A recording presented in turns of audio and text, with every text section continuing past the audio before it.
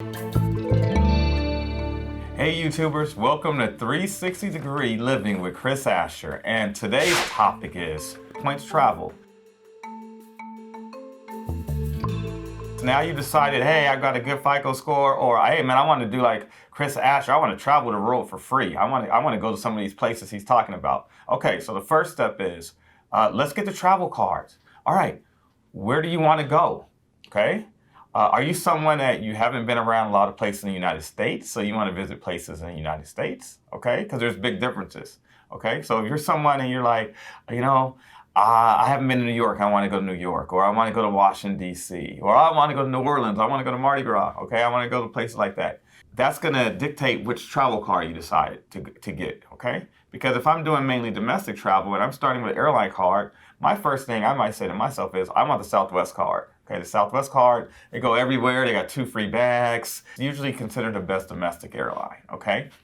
If you're someone like me who's more like, I want to go to Australia, I want to go to Maldives, I want to go to Fiji, I want to go to Seychelles, I want to go to South Africa or Tanzania for safari.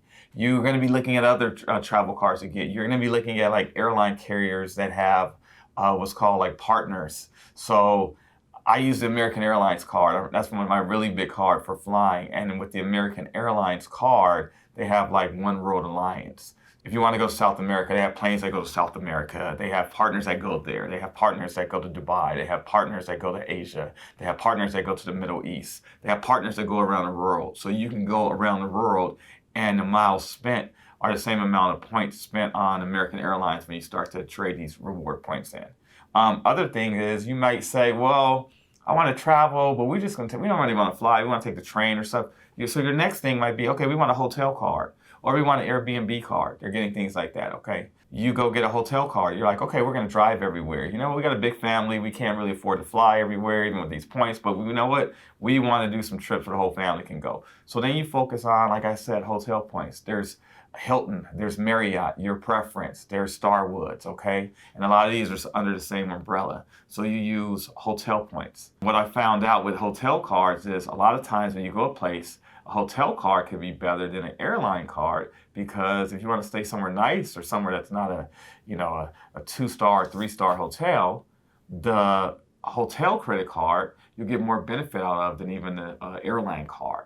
The other thing you want to consider on these cards is, do they have an annual fee? Some of these cards have higher annual fees, and they have you get more benefit for some. Some of these cards have no annual fee. So some people are against annual fees. I don't want an annual fee on a credit card. So you can get a travel credit card with no annual fee. Okay, this will have less reward benefits, but you'll still get rewards. You'll still get points. You'll get things, but it'll be less tiered than the one that's $100 a year, or $200 a year, or $450 a year. Another thing you should consider, I wouldn't say it's concerned, but it's, what is your FICO score? Travel cards, because of the point giveaways that they do, the big bonuses that they give you, they're harder credit cards to qualify for initially. Most travel cards, you need over a 700 FICO score to qualify for. Okay, I've done my research, I've done them, I've applied for them, I have them. If you're sitting around with a mid-level FICO score in the low 600s, you're probably going to get denied. So what you don't want to do is go apply for a credit card that you're going to get denied, because now you got to hit ding on your FICO credit, your score for applying for a credit card that you didn't get and you got denied. So what I tell people on that is use Credit Karma. Okay, create a profile. The great thing about Credit Karma, and I used it about years ago when I was in a bad situation, I had to rebuild myself. But Credit Karma will tell you what's wrong with your credit report, what you need to fix. But the really good deal on there is they will have a list of credit cards and loans on there, and they'll say, you qualify for this, you qualify for this credit card, you qualify for this loan. It'll tell you you don't have good odds at getting this credit card. So what happens is you won't waste your time. It'll tell you you don't qualify for this card yet, but if you increase your score, you'll start to qualify for this card. So those are the key components in picking and choosing your travel reward credit card, where you want to go, how many people you're looking at, but what's your FICO score, and what card you'll qualify for. Very important. You want to make sure you apply for cards that you're going to get and then use them, okay? So thumbs up, subscribe, and I'll talk to you soon.